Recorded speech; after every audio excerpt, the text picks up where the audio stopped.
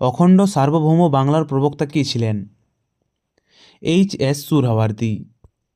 সমষ্টি উন্নয়ন কর্মসূচি ভারতে কোন সালে চালু হয়? 1952 সালে। বনলতা সেন কবিতাটি কার লেখা? জীবনানন্দ দাশ। ঠাকুমার ঝুলি বইটি কার লেখা? দক্ষিণারঞ্জন মিত্র মজুমদার। ভারত ও পাকিস্তানের মধ্যে করাচিতে সিন্ধু জলবন্টন চুক্তি কবে স্বাক্ষরিত হয়?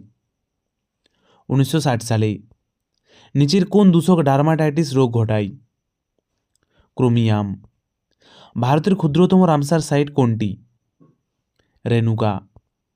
দলত্বক বিরোধী বিল কত খ্রিস্টাব্দে পাস হয়? 1985 খ্রিস্টাব্দে। সুপ্রিম কোর্টের বিচারপতি হতে হলে সংশ্লিষ্ট প্রার্থীকে যে কোনো হাইকোর্টের অ্যাডভোকেট হিসেবে কত বছরের অভিজ্ঞতা থাকতে হবে? 10 বছর।